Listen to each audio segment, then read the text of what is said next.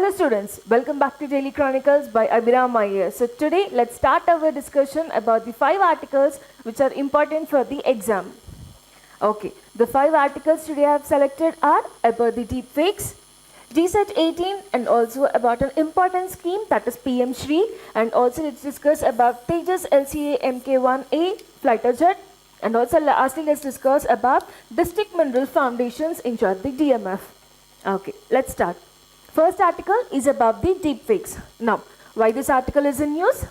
Because the Delhi Ministry has been told that there are some of the key concerns raised by the stakeholders according to a status report submitted by the Ministry of Electronics and Information Technology. So basically, some of the stakeholders from the Delhi, they have submitted a report to the Ministry of Electronics and Information Technology citing that in the Delhi elections or in the recent Delhi elections, so there have been circulating of deepfake videos, okay, and also AI generated fake videos. Now, in this context, it is important to know about the deepfakes. Now, before going to talk about the deepfakes, we have already seen a viral video circulating that is about the actress Rashmika Manandana. Yes, you have seen that, right? So that is what is the deepfake video. Now, what is deepfake definition here? It is simply nothing but this is an AI generated synthetic media, basically changing of voice or changing of photo, that is photomorphing, or like creating videos, images or audio that can alter the reality by superimposing the images, superimposing or modifying the existing content to create the realistic, highly realistic but highly fake.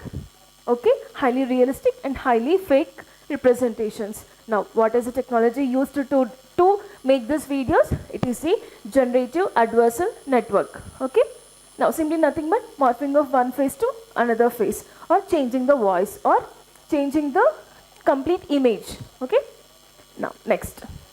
So as we saw, it is due to it is done with generative adversarial networks. Now what is this? See, basically it consists of two neural networks. One is generated and other is discriminated. What does this generated does? Simply nothing but it creates the fake. It creates the fake content. Now what does this discriminator does? Now as it is creating the fake content, this discriminator sees whether it is fake or real. Okay. Now see, as you can see here, we are giving a random input. Now this is the generator. What does it do? This generator creates the fake content. Now along with that, what does this discriminator does? It checks that is it fake or real. Okay. With this network, we can create the fake videos. It can be created for, like, you can change the audio. You can also change the image of the person, and you can also create a video. Example, we already saw that viral video of actress Rashmika Manandana. Now, next, what are the positive aspects of this? So basically, if we see entertainment and cinema, right, where we can change the voice, we can modify the voices, even we can create the persons who have died. For example, AI was used to recreate the Paul Walker in the Fast and Furious 7. Okay, and now, education and research, sorry, education and research. So basically, this deepfakes are also used in education and research. How, if we want to talk with someone, or if we want to create any informational videos, we can do that. So platforms like Socratic by Google uses this AI generated characters for explaining the complex subjects. Okay, now it is also used in healthcare. Like this company's 11 Labs, there is a company called 11 Labs. What it is providing this, it is providing the voice cloning for the people who lost their speech due to some diseases like Parkinson's or through throat cancer. Okay, and it is also helpful in forensic science, like recreating the crime scenes. Okay, so for everything there will be an advantage and disadvantage, that is plus and negative. Now let's see the disadvantages of it. What happened during the election time? There are many fake videos telling that they are using the fake voices, and that means they're using one person's voice telling that the fake ones, that is misinformation and fake news, giving the fake news through one's audio. like in election interference and also propagation of fake news. Example, if we see deep fake videos targeting the political leaders, their voice will be there, but the information is another. And also financial fraud and cybercrime. So like identifying theft and AI powered scams, example fraud calls mimicking like CEOs or mimicking like mimicry like others and asking for the money. And also gender based exploitation, for example deepfake pornography is being exploited and also using one woman face with the other and such that blackmailing those candidates. And also there is a report like NCRB's that is National Crime Report base is showing that there have been rise in cybercrime attacks against the women and also national security threats, right? What happens? Fake leader speeches causing the unrest. We are using, it is also causing the national security threats. Example, AI generated videos influencing the protest. This is all about deepfakes. But do you think there are any legal laws for this? No. Direct legal laws are not there, but what are the laws and regulations under IT Act 2000 of IT Act? It is telling that regulates what does it does? It regulates the digital offenses but lacks the deepfake specific preventions. And also intermediary guidelines of 2021, what it is telling that social media platforms must remove any unlawful content within 36 hours. Okay, and recently the Bharatiya Nyaya Sanhita 2023, what it is telling that, so it covers basically cybercrime offenses but does not explicitly mentions about the deepfakes. So particularly there is no law related to deepfakes, but there are some other related things like digital content things. Okay, this is all about the deepfakes. Now talking about the GSAT 18, why it is in use? Because so basically Public Accounts Committee has said that with 6 transponders on board communication satellite GSAT 18, which was launched in the year 2016, there are some transponders left, that is 6 transponders left. So it is telling that basically there has been more money spent on this GSAT 18, which like these are unused now. These are unused till 2027. So that is why this is in news. Basically the PAC, Public Accounts Committee, is telling Department of Space has been costed very much, has been invested very much on this GSAT 18, where 6 transponders on board are unuseful till the year 2027. That is why this GSAT 18 is in use. And recently launched was GSAT 20 in the year 2024. So in this context, let's see the differences between GSAT 18 and GSAT 20. This was in the year 2016. Now this was recently 2024. That's why I have brought the comparison between these two. So GSAT 18 basically it was launched in the year 2016 and this was launched in the year 2024. Now if we see the launch vehicle, that is Ariane 5 from the Air in Space of French Guiana. Now this is indigenous, that is this was launched with GSLV Mk3, that is LVM3 in India itself. That is why this is indigenous. Now what is the orbit? Both are geostationary Earth orbits itself. Okay, geostationary Earth orbits itself. Now if we see the transponders, this is C band, extended C band and KU band. But this is KA band, that is K above band, where the frequency will be around 17 to 25. Okay, so this is high throughput satellite. Now what is the purpose? Both the GSAT means itself, it is geostationary and it is used for communications, used for telecommunications, both. Okay, now both are around the India itself. Okay, so telecommunications, TV broadcasting, VSAT and also disaster management related things. Here also it is high speed broadband internet with digital connectivity, where it also connects the rural networks. Okay, and the technology used is traditional communication satellite, but here as it is GSAT 20 is advanced, so next generation high throughput satellite with Ka band, that is K above band frequency, where the frequency lies between 17 to 25 hertz. Right, this is all about GSAT 18 and 20. This may be asked in the exam as a comparison, or directly they may give GSAT 20. Okay, now next article is about PM Shri, which is the scheme which is in news. So you have to know about PM Shri, and also about Samagra Shiksha Abhiyan. Okay, chalo, let's see. Now why it is in news? Because it is telling that if the states are not accepting PM Shri,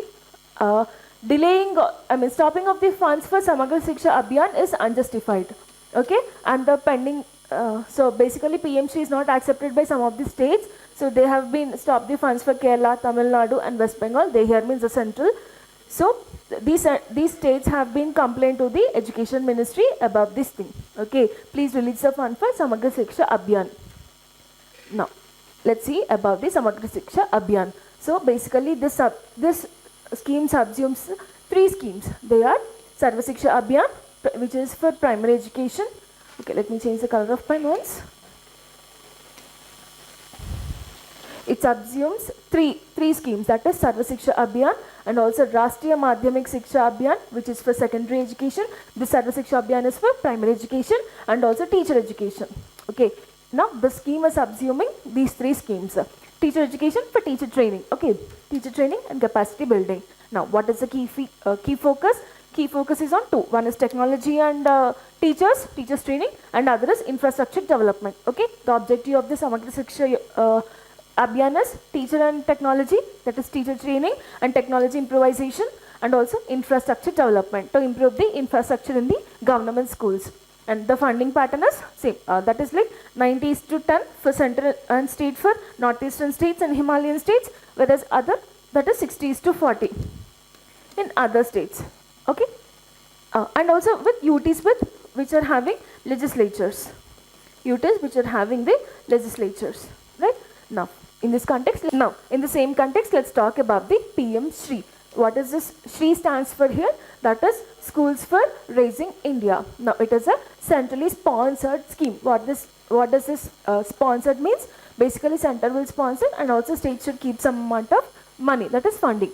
Okay, both state and central. Now there is also something called central sector schemes. What that means?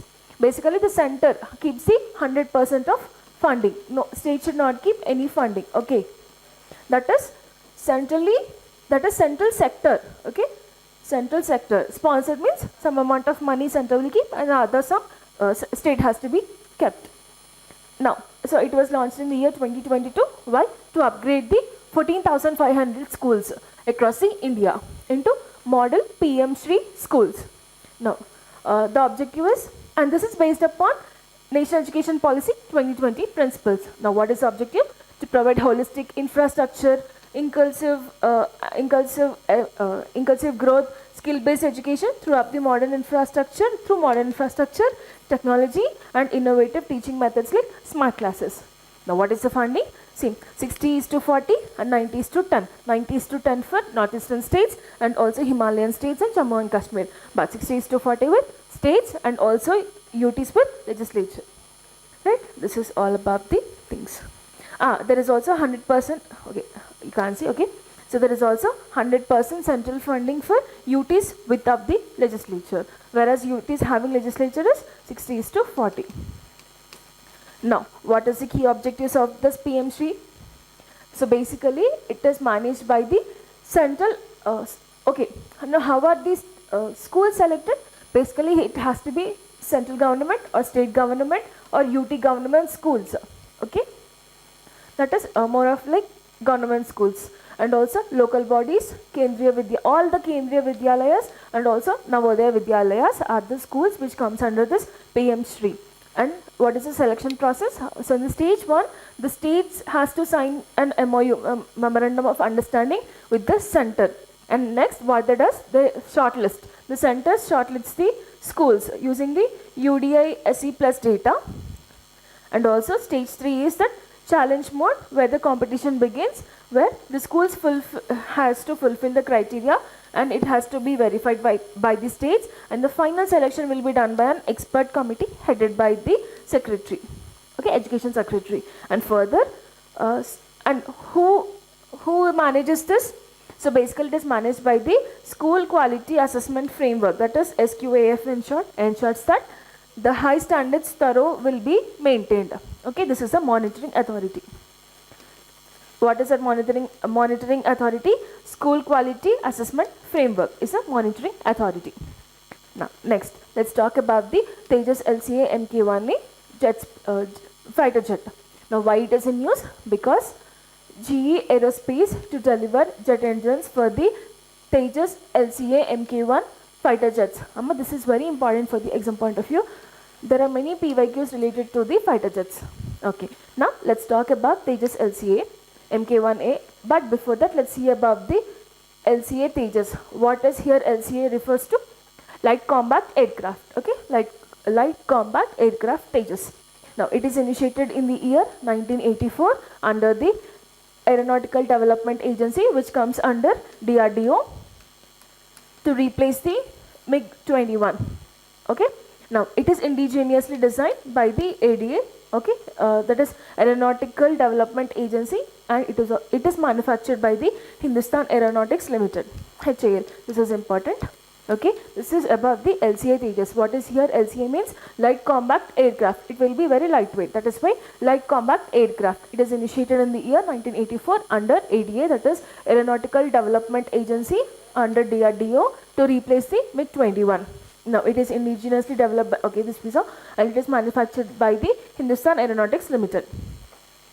Now, let's see about the key features of LCA. What are the key features? As we discussed, it is the lightest multi-role supersonic fighter, and it is also smallest one. Okay, next, the maximum speed is Mach 1.8, and also maximum payload, it can carry the payload of till 4,000 kgs. And further, it is capable of carrying air to air, air to surface, and precision guided weapons. Amma, here they can ask the question, LCA refers to which type of thing? That is air to air and air to surface also. Okay, and the range is 3,000 kilometers. It can travel up to 3,000 kilometers, and in air to air, refueling capability is also there. This is important. So there is refueling capability in air to air. Okay. Now, what are the variants of Tejas? There are basically 4 variants of Tejas. One is LCA for training. Okay, Tejas training, and next is Navy based, and Navy Mk2, and there is also LCA Tejas Mk1A. Now, let's discuss importantly about LCA Tejas Mk1A. 1A. Okay. Now, what is this Tejas LCA Mk1A? So, light combat aircraft under Tejas is an indigenously developed multi-role fighter jet by the Hindustan Aeronautics Limited. It is HAL, and it is an advanced variant of Tejas Mk1 with enhanced capabilities. Now, what are the key features of this? Let's see the key features. So, basically, it is a 4.5 generation fighter jet. This is important, remember. So, LCA Mka1 is 4.5 generation fighter jet, and further, it is with active electronically scanned array, that is AESA radar. Okay, this is also important. Active electronically scanned array, and further electronic warfare suit. Mid-air fueling, that is air to air refueling is there. So beyond visual range missiles capacity. Okay, this is all about the features. Now next talking about District Mineral Foundation. Why it is in use? So basically they are telling that, a report is telling that there are several funds, up to 1 lakh crore funds were collected, but there is only the half the funds is unspent. That means only the half are spent and half are unspent. That is why this DMF is in use, and also there is this other scheme, that is Pradhan Mantri Kshetra Kalyan Yojana. Let's discuss about these 2 schemes. Now, what is this District Mineral Foundation scheme? So basically it is established under Mines and Minerals Development.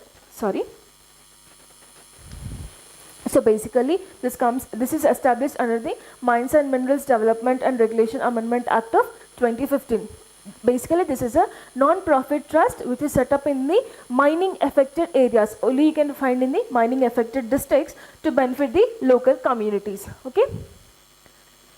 Now further, if we see how this funds comes to the DMF, it is funded by the mining leaseholders who contribute a portion to the royalty as the royalty. Okay, in the mining districts itself, mining districts.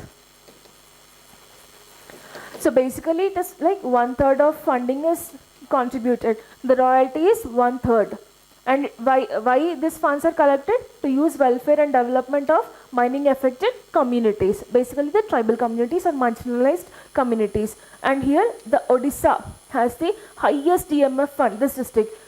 Kionjar, which is in Odisha, is having the highest DMF fund collected. Okay, and what is the objective of this? Basically, it ensures the equitable distribution of benefits from the natural resources to mining affected communities, especially the tribal and marginalized groups. Now, how it is function? Basically, it is governed by those the states DMF rules and also this thing, Pradhan Mantri Kanakshetra Kalyan Yojana. Now, it is also important to talk about the Pradhan Mantri Kanakshetra Kalyan Yojana scheme. What is this? Basically, it is launched by the Ministry of Mines, because here Kanaj means mines, right?